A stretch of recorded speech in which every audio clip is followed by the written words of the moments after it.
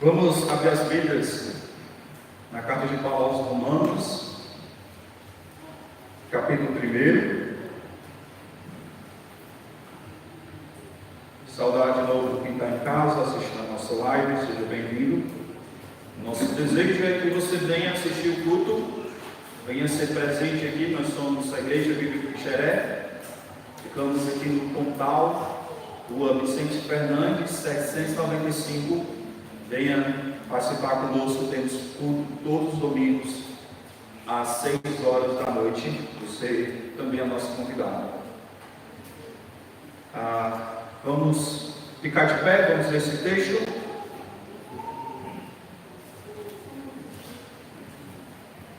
Quem estiver usando o celular, por favor, coloque a versão Almeida Revista e Atualizada. É ARA. Romanos, capítulo 1, versículo 16 e 17. Amém? Romanos 1, 16 e 17 nos diz: pois não me envergonho do Evangelho, porque é o poder de Deus para a salvação de todo aquele que crê, primeiro do judeu e também do grego, visto que a justiça de Deus se revela no Evangelho de fé em fé, como está escrito: o justo viverá por fé. Vamos ler esse texto todos juntos de novo. Romanos 1, 16, 17. Vamos lá.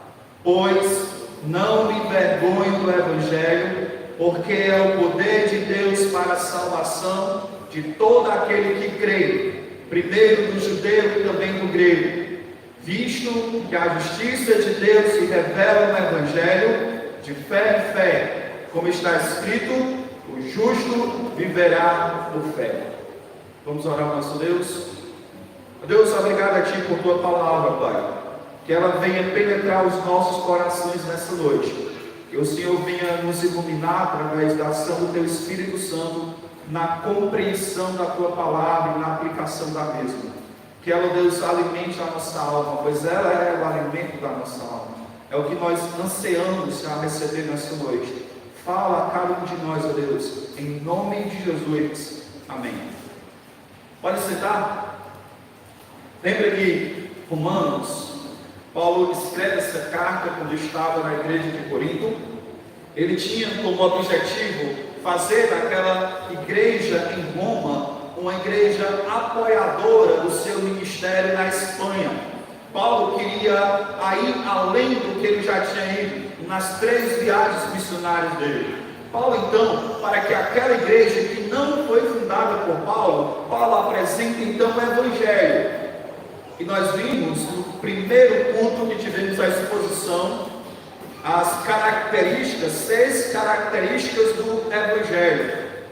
No domingo passado, a gente viu 3 demonstrações se de fato eu amo o Evangelho. Nessa noite, a gente vai continuar estudando ainda sobre o Evangelho. Paulo, quando escreve essa carta, ele tem como esse objetivo: que as pessoas conheçam o que é o Evangelho do Senhor Jesus Cristo. Olha, esses 2 versículos, Romanos 1, 16 e 17, basicamente ele é o resumo de toda a carta de Paulo. Paulo, então, ele vai mostrar como é que ele vai expor essa carta. Então, esses 2 versículos, por mais que sejam bem curtos, eles são muito profundos. Foi através desses versículos, especialmente o versículo 17, que Martinho Lutero, ao estudar mais sobre esse assunto, ele trouxe a Reforma Protestante em 1517. Quando ele entendeu que de fato era a justiça de Deus revelada no Evangelho. Então, esses 2 versículos os versículos temas, são os versículos que resumem basicamente toda a carta de Romanos. Por isso que eles são fundamentais a ser estudados de uma maneira mais detalhada, pois eles têm verdades específicas e importantes para a sua vida. Primeiro, nós podemos observar aí, como tema da própria o próprio versículo, ele já diz: pois não me envergonho do Evangelho. Paulo, ele mostrou o que era o Evangelho, mostrou que ele amava o Evangelho. Agora ele vai mostrar por que é que ele não se envergonha disso. Por que é que ele não se envergonha do Evangelho? Quando ele começa com a preposição conclusiva. No português a gente chama assim, conclusão ou conjunção conclusiva, pois. Esse pois, bem no começo, ele vai ligar tudo que ele falou anteriormente. Do versículo 1 ao 8, mostrando que é o Evangelho, do 9 até o 15, ou do 8 ao 15, melhor dizendo, mostrando o amor dele para com o Evangelho. Então, sabendo disso, sabendo que é o Evangelho, o amor que Paulo tinha ao Evangelho, talvez alguém poderia pensar: esse Paulo é orgulhoso demais. Por que é que Paulo fala isso? Eu não me envergonho do Evangelho. Por que que Paulo anuncia isso? Olha, o Evangelho, se a gente pudesse resumir de uma forma mais simples, o Evangelho fala de um homem, de um Deus, na verdade, que se tornou homem. Para a filosofia grega, isso era humilhação, porque o estado da alma, de espírito, é transcendente, é maior do que a realidade desse corpo. Então, um Deus que se faz carne, um Deus que nasce de uma mulher, que nasce numa estrebaria, um Deus que mora nos confins de uma região chamada Israel, que era mal vista pelos romanos, em um homem que morava na Galileia, uma região menosprezada até pelos judeus, um carpinteiro que os seus discípulos o abandonaram, um traiu e o outro negou. E esse que era Senhor, que é o Deus, foi crucificado no instrumento de morte, de tortura romana, para o pior criminoso. Isso era vergonha. O Deus que vocês pregam é um Deus que foi pendurado numa cruz. É um Deus que foi abandonado pelos seus próprios discípulos. Isso é um Deus vergonhoso. A mensagem da cruz, a mensagem do Evangelho, soaria como vergonhoso aos romanos que gostavam de poder, de status. Então Paulo, ele mostra exatamente isso, que o Evangelho, que para outros é algo vergonhoso, Paulo disse que ele não se envergonha disso. Olha, o Evangelho não é o gospel hoje em dia. Não é esse movimento oba-oba que acontece hoje em dia. O Evangelho, nós já vimos o que é o Evangelho. Simplificando o Evangelho, nós somos pecadores. O Senhor Jesus se tornou homem, habitou nessa terra, morreu na cruz pelos nossos pecados, ressuscitou, assumiu aos céus e voltará para salvar todo aquele que crê, todo aquele que se arrepende dos pecados. Isso é o Evangelho, resumido lá em 1 Coríntios, capítulo 15, versículo 3 e 4. Basicamente, isso é o que é o Evangelho. Mas por que Paulo não se envergonha do Evangelho? Vamos ver aqui 3 características do Evangelho que mostram que nós não devemos nos envergonhar. Nós não devemos nos envergonhar do Evangelho. Por quê? Porque o Evangelho é o poder de Deus para salvar. Acompanhe comigo aí, versículo 16 de novo. Pois não me envergonho do Evangelho, porque ele está demonstrando, ele está afirmando por que ele não se envergonha do Evangelho. Por quê? Porque é o poder de Deus. É interessante, a palavra poder, se Poderia ter trazido aqui para os irmãos como é a versão grega. Poder, no grego, é onde vem a palavra dinamis, que posteriormente veio a dinamite. Vocês já viram uma dinamite? Pelo menos em vídeos. Aqui na chamada da Pudim é colocado muito por causa do minério de calcário que tem. Coloca a dinamite e ela explode. Ela dá um poder grande ali. Então, imagina ainda o poder de Deus. O poder de Deus é revelado no Evangelho. É aí onde é demonstrado o poder de Deus. Como o poder de Deus é demonstrado? Através da salvação. Olha aí, versículo 6. Porque é o poder de Deus para a salvação. Então, o Evangelho, ele mostra isso. O poder de Deus em salvar pecadores. Se os romanos, eles achavam interessante o poder, porque os romanos conquistaram todos os que os impérios conquistaram naquela época.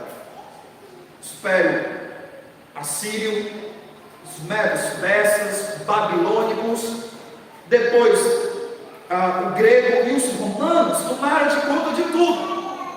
Então os romanos sabiam que era o poder, sabiam que era o domínio. E Paulo fala aqui de um poder maior do que todo o exército romano, com as suas cavalarias, com os seus exércitos, com os seus generais, que dominavam tudo. Existia um poder maior do que todos esses. Era o poder de Deus em salvar pecadores. O Evangelho é centralizado em o poder de Deus para salvar pecadores. E deixa eu lhe dar uma aplicação já. O Evangelho nada tem a ver com querer ser. O Evangelho nada tem a ver com o emprego bom que você quer que Deus te dê. Eu vou seguir a Cristo porque eu quero receber um emprego. Eu quero servir a Cristo, eu quero ser o Evangelho porque Deus vai me curar de todas as enfermidades. Eu quero ser evangélico para que eu tenha um carro bonito, como esse falso evangelho da teologia da prosperidade ensina. O evangelho não é resumido nessas coisas. Deus pode te dar grandes coisas, pode sim, mas isso não é evangelho. Isso nada tem a ver com o evangelho. O evangelho de Deus é o poder que Ele faz de salvar pecadores. Se nós analisarmos bem, nós percebemos esse poder na nossa vida. Um poder transformador, que mudou a nossa natureza. Nós que antes não queríamos nada de Deus, que outrora as coisas de Deus pareciam algo não atrativo a nós. Vivíamos na nossa dissolução pecaminosa, mas Ele transformou o nosso querer. Isso é o poder salvador. Ele tira o homem da perdição do inferno e coloca para o reino da glória dele. Vamos entender mais aqui o que é que significa essa palavra salvação. A palavra salvação é extremamente significativa no tempo de Paulo. Ela tem sentido principal de um livramento, de um resgate que é feito. Ele aplica ao livramento pessoal e nacional. Mas a salvação, no livro de Romanos, ela tem pelo menos 3 aspectos. Ela tem um aspecto passado, presente e futuro. Esse passado aqui, quando Romanos, a gente vai explicar à medida que for mostrando em Romanos, mas esse passado aqui foi no dia da nossa conversão, no dia que você se arrependeu dos seus pecados e creu em Jesus Cristo como Salvador. Esse dia aqui aconteceu que a condenação do pecado não existe mais. Todo pecado que você cometeu, não existe mais condenação. você é salvo por causa da morte de Cristo, você é salvo da condenação do seu pecado. Nenhuma condenação há para aqueles que estão em Cristo Jesus. Você já está salvo. Mas há um segundo aspecto da salvação, que acontece na vida do crente após a sua conversão e até a sua ida ao encontro do Senhor, seja pela morte ou seja pelo arrebatamento, que é a santificação também progressiva, também conhecida. Isso acontece no nosso tempo presente. Nós estamos sendo salvos do domínio do pecado, que é a nossa santificação, que é eu abandonar os desejos que eu tinha anteriormente. Então, há um progresso na vida do crente. Aqueles desejos que eu tinha antes da minha conversão não são mais os mesmos desejos.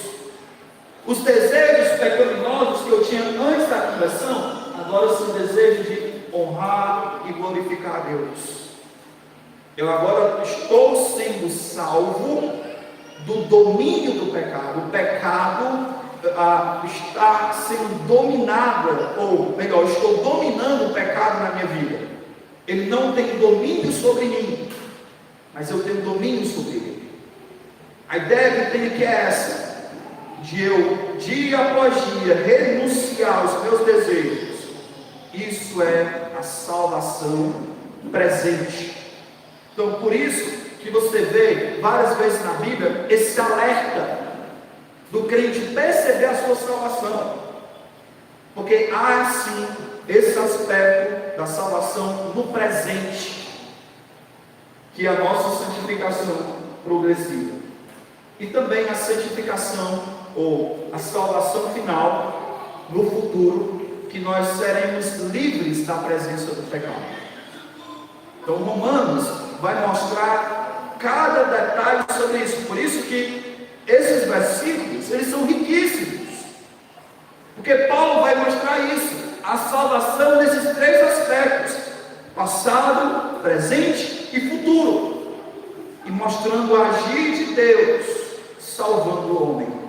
Por isso ele estava desejoso de ir para a Espanha, porque ele sabia desse poder que Deus tem de salvar pecadores, de trazer homens da conversão aos céus, no arrependimento verdadeiro, a vida eterna. Paulo sabia disso. Por isso Paulo não se envergonhava do Evangelho, porque através de uma fé verdadeira, homens poderiam ser salvos. Mas o que é uma fé verdadeira? Vamos ver mais aqui para passar, por favor. Fé verdadeira, ele tem pelo menos 3 elementos principais, para que você saiba se você tem uma fé verdadeira, para que você saiba se o Evangelho teve um poder transformador na sua vida. O texto diz, de Romanos 1,16 diz: pois não me envergonho do Evangelho, porque é o poder de Deus para a salvação de todo aquele que crê. Então, a salvação não é a todos os povos, no sentido de que todo mundo no fim vai ser salvo. É todos os povos de uma maneira indistinta. Deus não faz exceção de pessoas, mas todo mundo precisa se arrepender dos seus pecados e crer. A salvação é para aquele que crê. Se não crê em Jesus, não é salvo. Então, o que é uma fé verdadeira? Os 3 elementos de uma fé verdadeira. Primeiro, ele precisa ter um intelecto. Ele precisa compreender as verdades bíblicas, que ele é um pecador, que Deus é o reto juiz que pune o pecado, mas que esse Deus se formou homem, veio aqui à terra como sacrifício perfeito e morreu pelos seus pecados. Você entende isso? Você entende que de fato você é um pecador? Que existe de fato uma condenação sobre você? Você entende que Jesus Cristo veio substituindo o seu castigo?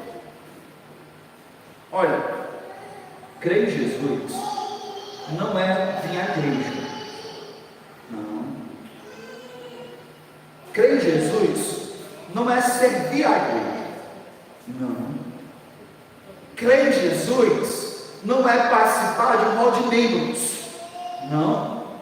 Crer em Jesus significa que você entendeu que você é um pecador, que você merece o inferno por causa dos seus pecados.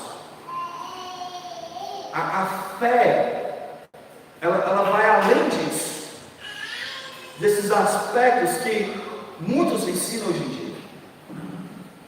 E sabendo que você é um pecador, você chora pelo seu pecado, você se entristece pelo seu pecado, você tem a consciência que é um pecador, entende? Você chora pelo seu pecado, o pecado dói em você. E aí então, você se rende aos pés do Senhor Jesus. Isso é salvação verdadeira. Isso é uma verdadeira fé no Senhor Jesus. Fé não é acreditar e dizer, se Deus quiser vai dar certo. Isso não é fé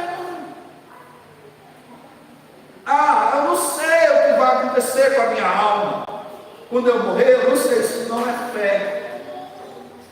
Fé é você entender quem você é, o que o Senhor fez por você, e causar emoção, causar tristeza ao seu coração. Por isso Jesus Cristo diz, bem-aventurados que choram. Lá, os que choram, não é pessoas que vivem chorando. Não é. Bem-aventurados que choram por causa dos seus pecados, porque deles é o reino dos céus.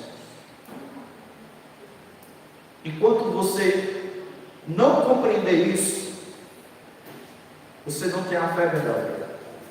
Depois que você entende, você clama a Deus por socorro.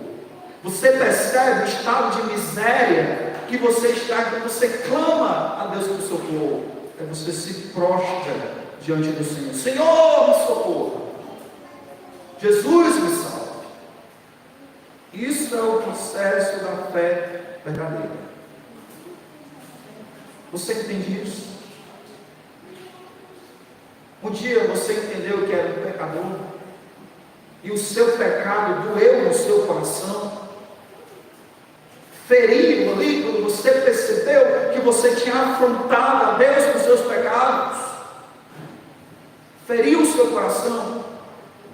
Você se prostrou diante de Jesus e disse: Senhor, me socorre, aplica a obra do Senhor na cruz à minha vida.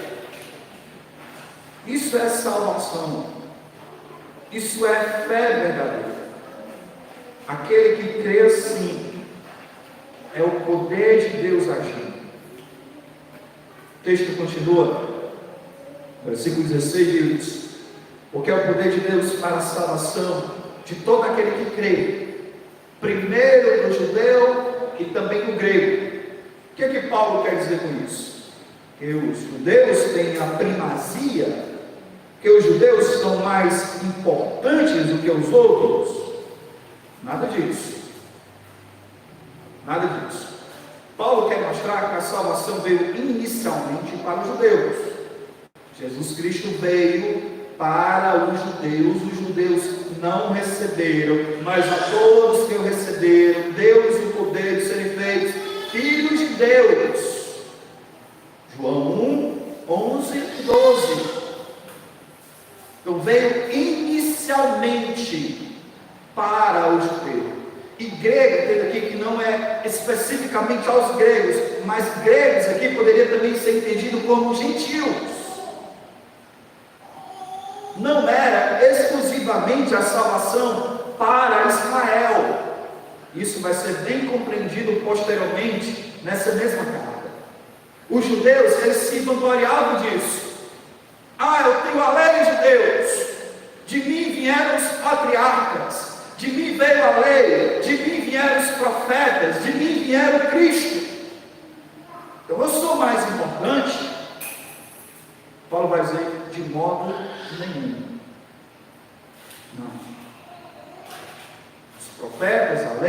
Cristo tem o seu lugar. E de fato, Israel foi privilegiado, mas eles não são mais importantes do que nenhum gentil. Não são. De bom modo, a ideia de primeiro é que Cristo veio primeiro para os judeus. E os judeus não receberam. Salvação estendida a todos os homens. É interessante, quando Paulo fala ainda sobre o poder, Paulo ele mostra que ele não se envergonha do Evangelho, porque é o poder de Deus para a salvação. Lá em 1 Coríntios, Paulo, em Corinto, uma cidade de cultura grega, que valorizava a filosofia, o intelecto, quando os romanos valorizavam a força bruta, os coríntios, ali por volta de Atenas, valorizava a filosofia e o intelecto.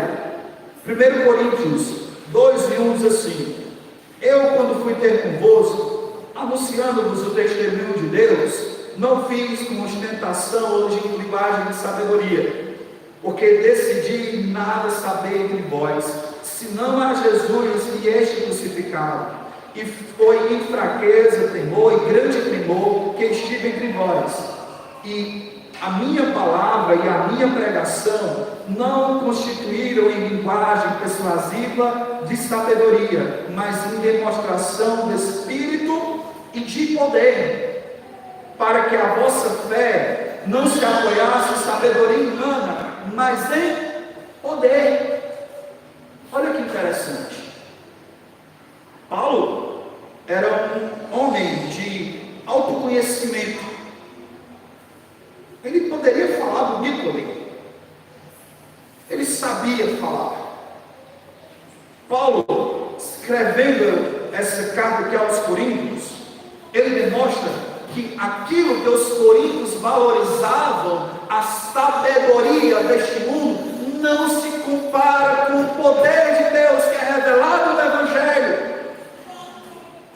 Os romanos valorizavam o poder militar, os coríntios valorizavam o poder intelectual. Nada disso é comparado com o maior poder sobre todos, o poder do Evangelho, o poder revelado no Evangelho. Deixa eu dizer isso, sabe por quê? Tem muitas pessoas com vergonha do nome de Cristo. Em escolas, faculdades, com vergonha de falar que é cristão. No seu trabalho, com vergonha de anunciar o Evangelho aos outros. Pessoas com vergonha de dizer que é crente. Paulo, ele fala aos romanos isso. O poder que vocês têm militar não se compara com o poder do Evangelho. Paulo fala aos coríntios: o conhecimento que vocês têm, que vocês acham que isso aí é poder, não se compara com o poder do Evangelho. Irmãos, não há do que se envergonhar do Evangelho. Não precisa ter medo de abrir a boca e anunciar o Evangelho. Por isso que Paulo anteriormente diz: por isso eu vou até vocês, por isso eu vou aos gentios. Por que, Paulo? Porque eu não me envergonho do Evangelho, porque é o poder de Deus para salvar. Será que você tem vergonha de anunciar o Evangelho dos seus parentes? Cristo sofreu toda vergonha para te salvar. Por que é que você tem vergonha dele? Por que você tem vergonha de pregar o Evangelho para os seus vizinhos? Por que você tem vergonha de pregar o Evangelho aonde você está no seu trabalho? Por que você tem vergonha dessa mensagem transformadora, poderosa, que salva o homem do seu estado pecaminoso para ser o servo do Senhor? Por que você tem vergonha do Evangelho? Outro fato sobre por que Paulo não se envergonhava do Evangelho, porque nós não devemos, nos envergonhar do Evangelho, porque no Evangelho é revelada a justiça de Deus. No Evangelho é revelada a justiça de Deus. Versículo 17.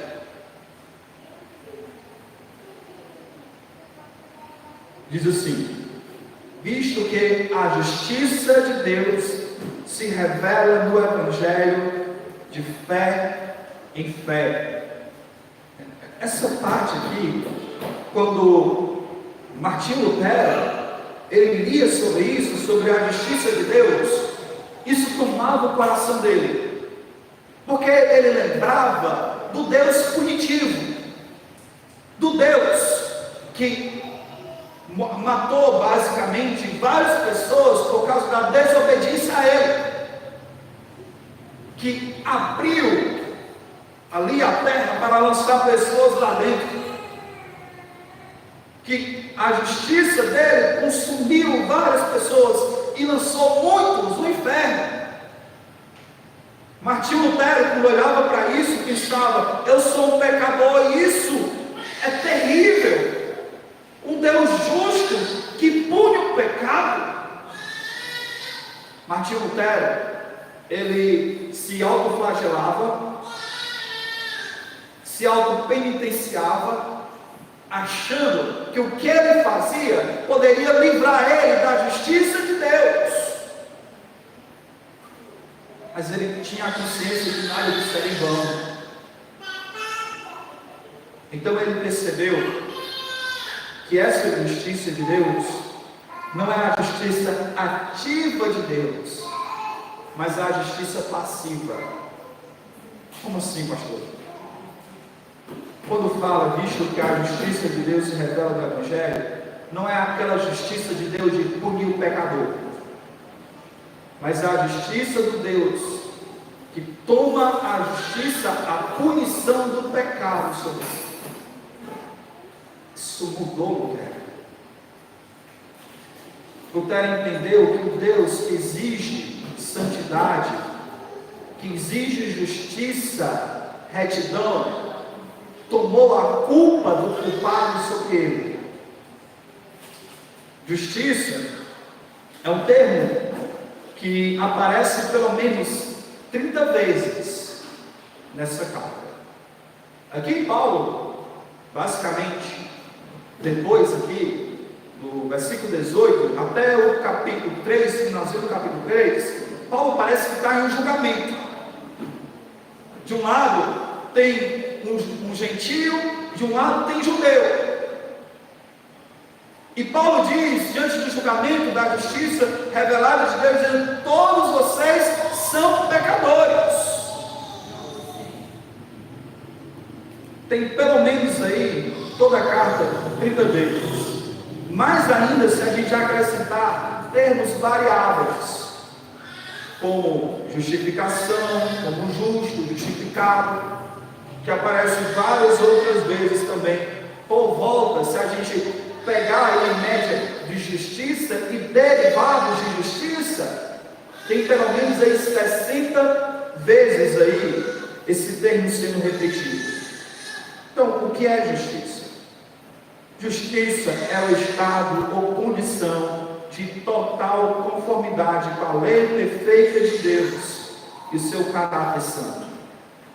Justiça é o estado ou condição de total conformidade com a lei de Deus, com a lei perfeita de Deus e seu caráter santo. E só Deus é inerentemente, completamente justo. Todo o nosso centro de justiça, todo o nosso pensamento, o nosso julgar, ele foi contaminado pelo pecado. Só Deus é perfeitamente justo. Aí está uma pergunta importante, que é revelada no Evangelho. Como é que é possível um Deus santo, um Deus justo, perdoar pecadores e ainda assim permanecer santo e justo? Me diz aí, pensa aqui comigo.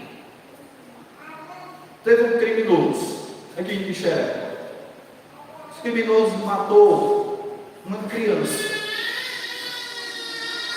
Aí o juiz chega para ele e diz assim: você é inocente. O que você chamaria esse juiz? Injusto. Que juiz injusto. Que juiz mais injusto.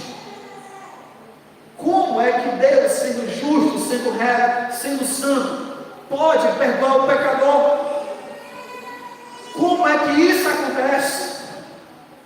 Por que é que Deus, sendo assim, perfeitamente justo, pode então justificar o pecador?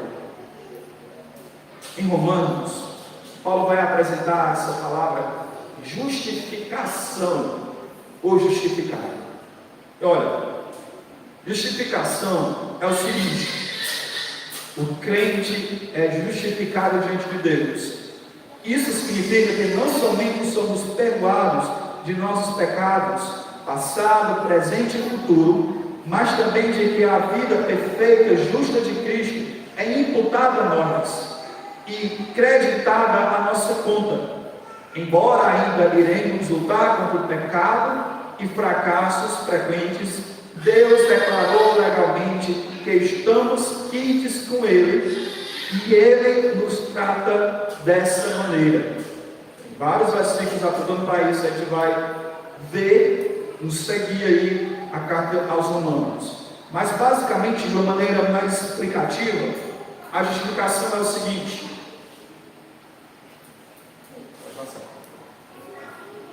O que é a justificação? A justificação é o ato de declarar, de Deus declarar o pecador como justificado, como livre da culpa. Quando isso aconteceu? Na cruz, houve uma substituição, o que nós chamamos de uma morte vicária. Você já ouviu esse termo? Vicário. Vicário significa substitutivo. Então, Jesus, Ele substituiu a culpa do nosso pecado. Jesus Cristo ali na cruz recebeu sobre si o inferno sobre Ele, o abandono de Deus sobre Ele. Jesus aqui sofreu a culpa do seu pecado. Houve uma substituição.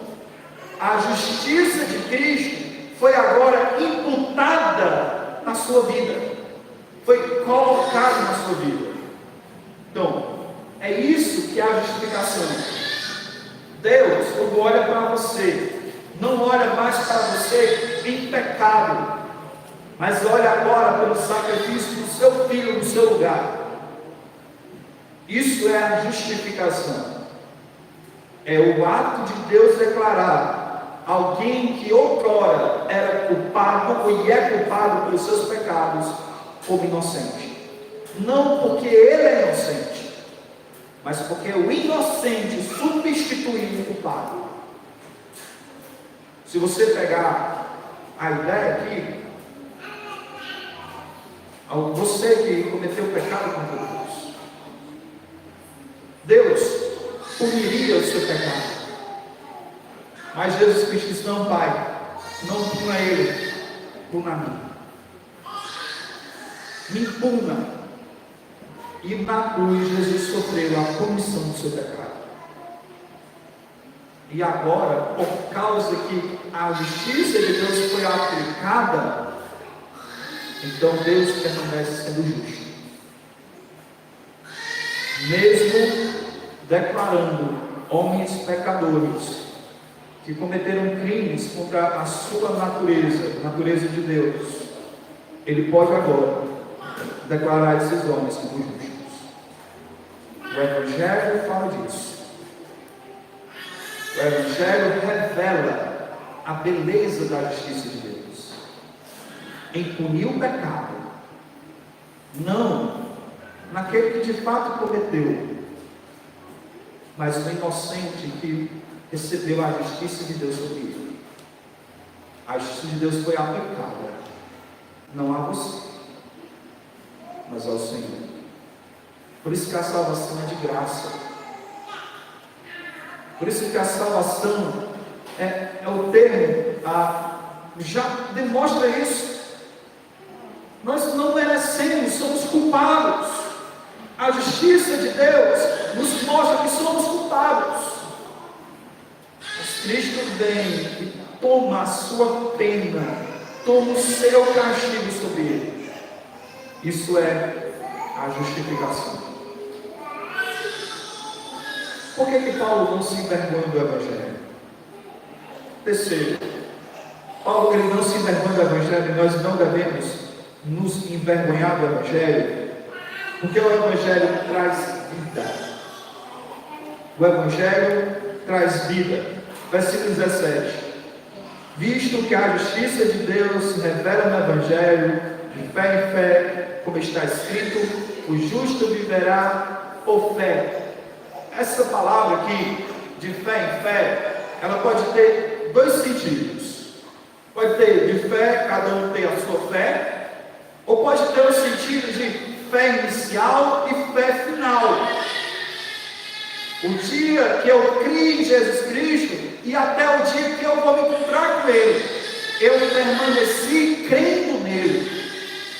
Então, essa é a demonstração do Evangelho sendo aplicado de um modo poderoso, porque eu permaneci crendo nele. Isso que nós chamamos aqui da perseverança dos santos.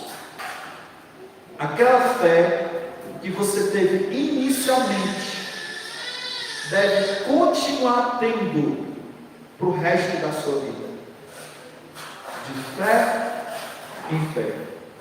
Aí ele diz, como está escrito, usando uma citação de Abacuque. Abacuque foi um profeta que ele viu a ascensão da Babilônia e ficou com medo disso. Viu todo o que a Babilônia iria fazer e começa a questionar Deus por isso. Então ele entende que o justo vai viver pela fé, que ele vai entender os planos de Deus, os desígnios do Senhor. Então, quando ele fala aí, o justo viverá por fé, a ideia também que tem aí é que aquele que pela fé é declarado justo, viverá. A justiça de Deus é revelada no Evangelho. Aquele que era pecador declarado, que foi declarado justo diante de Deus, agora ele tem vida. O justo agora viverá. Como assim, pastor? Eu antes não tinha vida? Tinha não. Não tinha. Antes de você crer em Jesus Cristo, lá em Efésios capítulo 2, versículo 1 até versículo 8, mais ou menos ali, mostra que todos nós éramos mortos nos nossos delitos e pecados.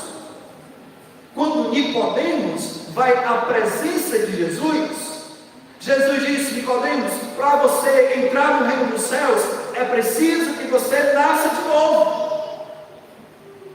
Então, a vida que você tinha outrora não era uma vida que agradava a Deus. Você estava morto diante de Deus. As suas obras eram como um prato de imundícia diante de Deus. Os prazeres que você tinha eram prazeres tristes. As alegrias que você tinha eram alegrias passageiras, vazias. Solidão da alma, solidão do coração, vazio existencial. Não havia vida. Foi então que o Senhor veio declarando aquele que era culpado como agora justo. Agora o justo viverá. Por quê?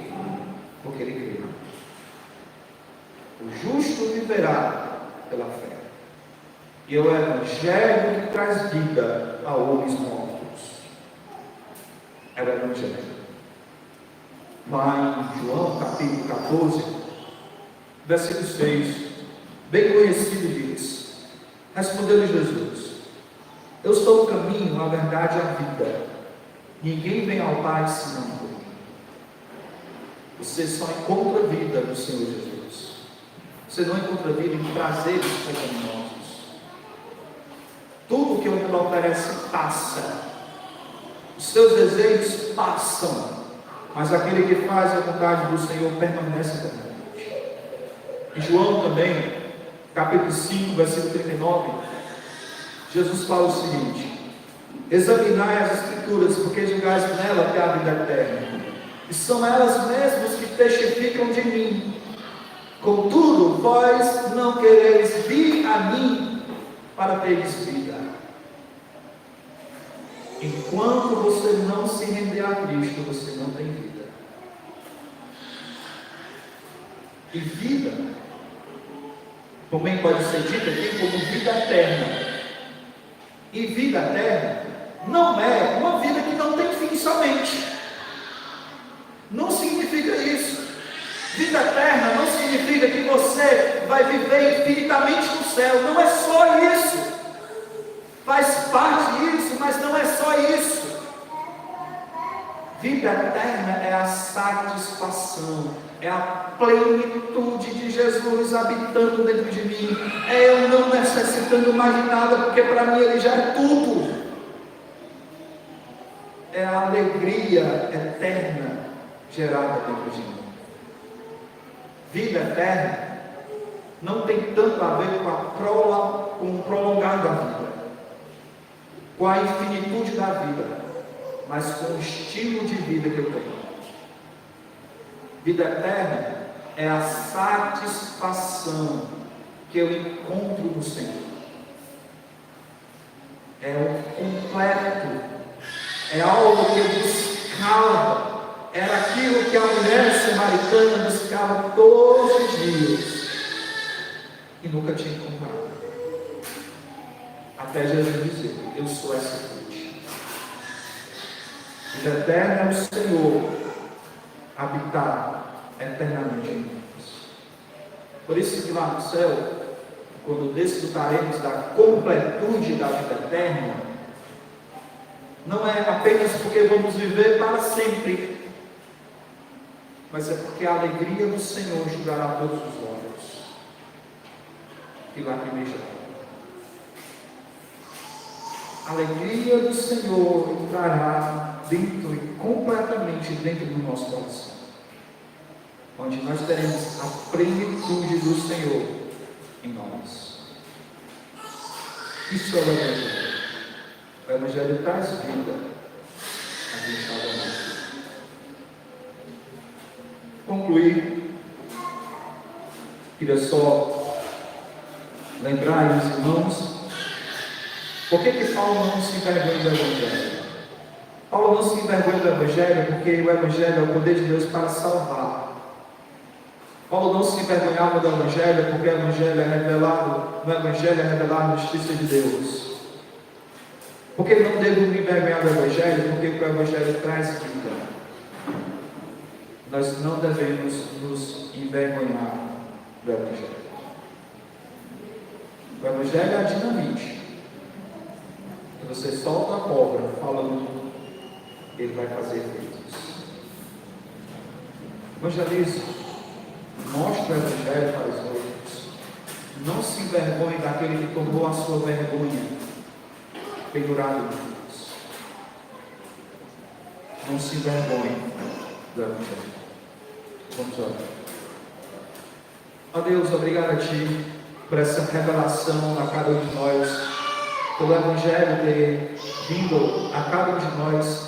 Nós não merecemos, ó Deus, tamanho amor, tamanha graça a cada um de nós. Que o Senhor nos faça entender quão miseráveis e pecadores nós somos, o quão dependentes somos da Tua graça nas nossas vidas. Nós precisamos, mais do que tudo, ó Deus, da obra do Senhor nas nossas vidas, nos livrando, ó Deus, dia após dia de nós mesmos, dos nossos pecados, dos nossos desejos. Obrigado, ó Deus, pelo Senhor ter tomado toda a culpa que era nossa, quando o Senhor Jesus se sacrificando na cruz, recebendo toda a punição que nos era devida. Isso diferencia, ó Deus, de todas as outras religiões. As religiões exige sacrifícios, o Senhor se sacrificou no nosso lugar. Obrigado, Deus. O Senhor é muito, demasiadamente amoroso para conosco. Obrigado, Deus. Em nome de Jesus.